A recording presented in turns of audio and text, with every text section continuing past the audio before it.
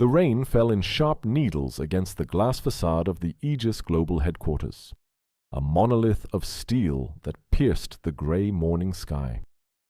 Julian stepped out of his sleek sedan, his shoes clicking with precision against the wet pavement. He was a man defined by his designer suit and the cold weight of his golden wristwatch. As he adjusted his tie, his mind was already in the boardroom. A sudden gust of wind caught his leather folder, spilling documents across the damp concrete like wounded birds. Nearby, huddled against the cold stone, sat Clara. To the passing world, she was a ghost, wrapped in layers of stained wool and frayed scarves. Seeing the panic in Julian's eyes as his paper scattered, she moved with quiet grace. Her weathered hand reached out to retrieve a stray page before the wind could carry it away. She looked up, that her face partially hidden by a hood, and offered the document to him. She didn't speak, but her eyes were remarkably steady and focused. Julian didn't see a helping hand. He saw an infestation. His face contorted into a mask of disgust, his upper lip curling to reveal a permanent sneer. He didn't take the paper. Instead, he recoiled as if her presence was a contagion. The air between them grew heavy with judgment, punctuated only by the rhythmic splashing of distant traffic. A small crowd of commuters began to slow their pace, drawn by the friction. Julian realized he had an audience. He looked at the paper in her hand, then back at her, his eyes cold and hollow. "Don't you dare touch that!" he spat, his voice cutting through the hum of the city like a razor. He snatched the paper from her grip, just immediately wiping his hand on his handkerchief as if he'd touched something rotting. "Do you have any idea what this is worth?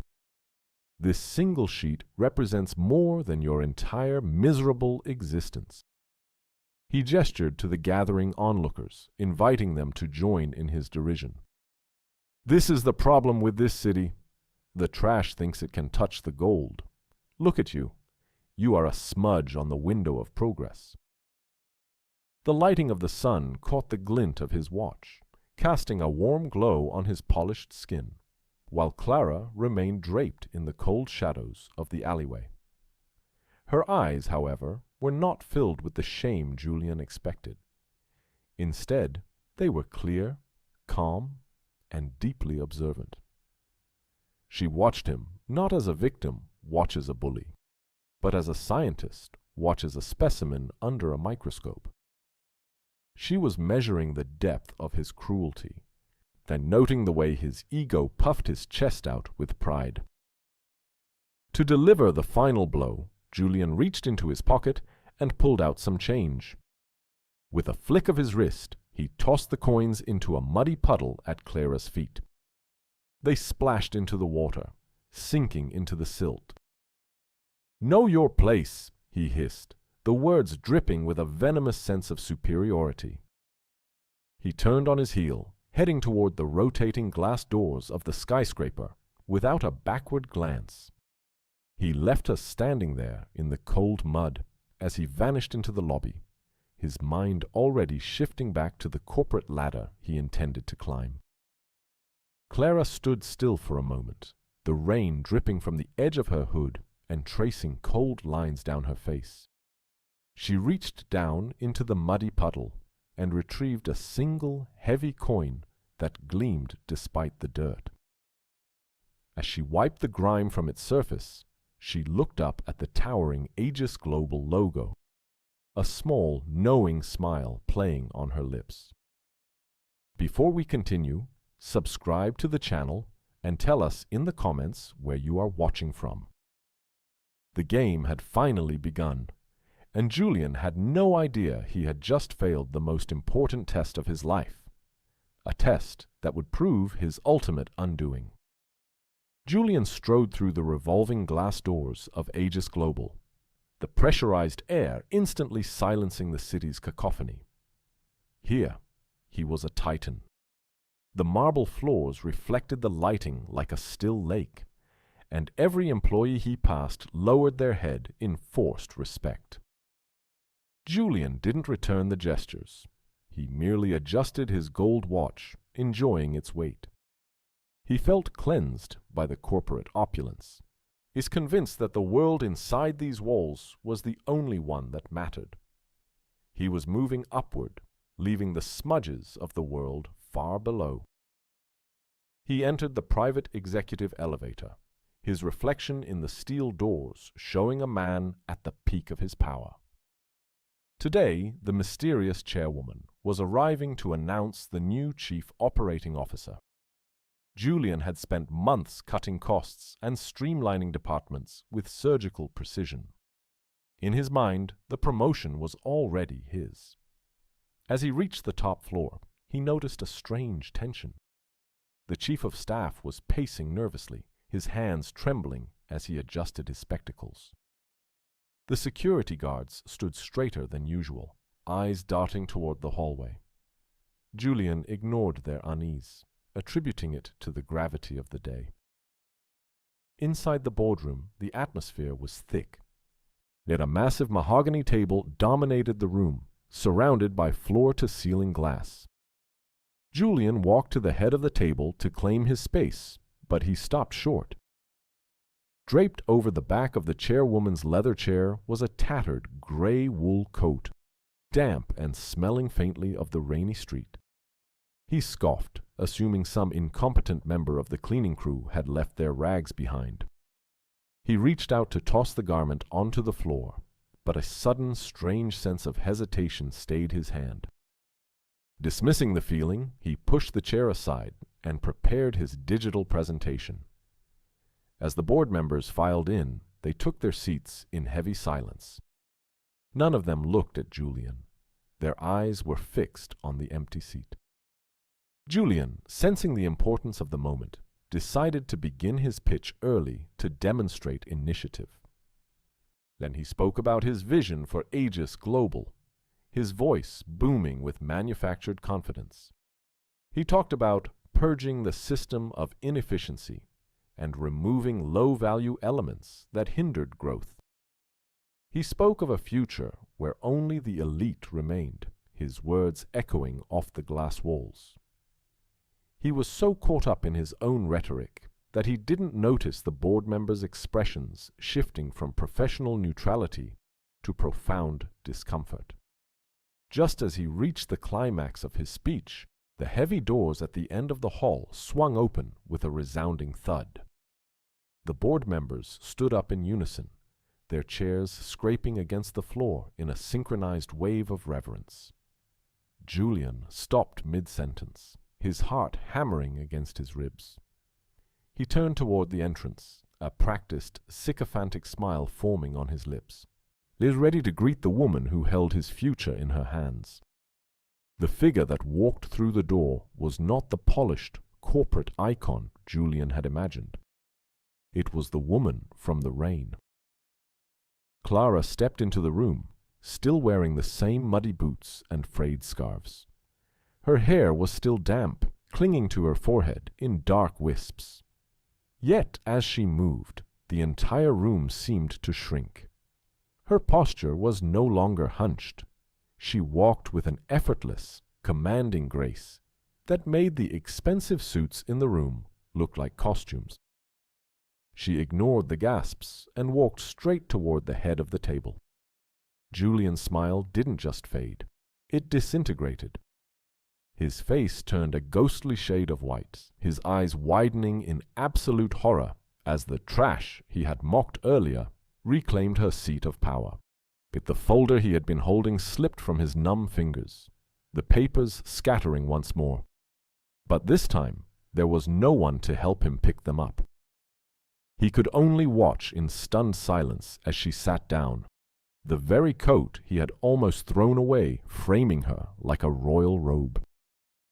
A heavy, suffocating silence filled the boardroom, pressing against Julian's ears until he felt he might drown in the stillness. Clara did not look at him immediately. Instead, she reached into the pocket of her damp, tattered jacket and pulled out a single object. She placed it deliberately on the center of the polished mahogany table, the metal clinking softly against the dark wood. It was the coin Julian had tossed into the muddy puddle. Under the brilliant cinematic LED lights of the executive suite, the grime had been wiped away to reveal the embossed, intricate logo of Aegis Global. It wasn't just pocket change. It was a rare, custom-minted commemorative coin given only to the highest-ranking founders of the conglomerate. Julian stared at it, his breath hitching in a jagged rhythm. The realization hit him with the force of a physical blow. He had thrown the very symbol of the company's legacy into the dirt at the feet of the woman who owned his entire world. He tried to speak, but his throat felt as though it had been filled with dry sand, his vocal cords paralyzed by the sheer weight of his own mistake. Clara finally looked up, her clear, piercing eyes locking onto his with a gaze that was both ice-cold and infinitely wise. When she spoke, her voice was soft, devoid of the jagged, manic anger Julian had displayed on the sidewalk. Yet it carried a resonant authority that made the glass walls of the skyscraper seem to tremble. She leaned forward slightly, the tattered wool of her sleeve brushing against the expensive leather of the chair. She repeated his own words back to him with haunting rhythmic precision. She told him that she had indeed learned her place, and that her place was at the head of the table he so desperately craved to sit at. The words were not delivered with spite, but with a clinical, devastating honesty. Julian's knees buckled, and he was forced to grip the edge of the table to keep from collapsing. His hands shook so violently that his gold watch rattled against his wrist, a hollow sound in the vast room.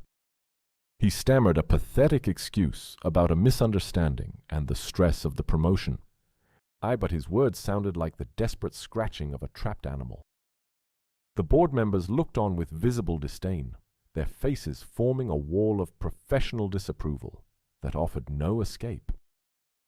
Clara ignored Julian's frantic apologies, turning her attention toward the window as she explained the tradition that had kept Aegis Global's integrity intact for decades.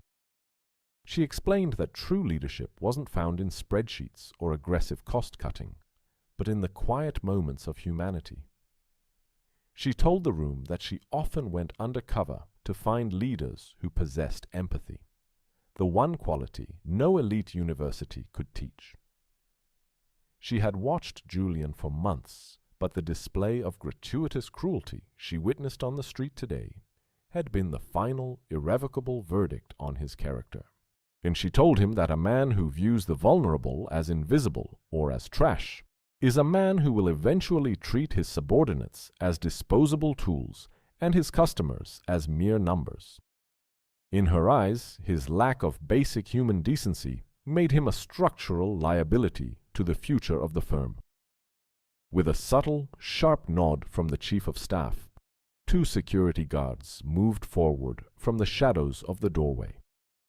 Julian didn't fight them. He allowed himself to be led out of the boardroom, his head bowed and his shoulders slumped. The echo of his expensive leather shoes on the marble floor sounded like a funeral march as he was escorted through the building. The guards did not take him to the private garage. They led him through the main lobby and out of the same revolving glass doors he had entered with such arrogance only hours before. He stood on the damp sidewalk, a cardboard box of his personal belongings clutched in his trembling arms. The rain had ceased, leaving the city washed in a cold gray light. Passers-by brushed past him, some looking at his expensive suit and then at his defeated expression with the same indifference he had once shown to the world.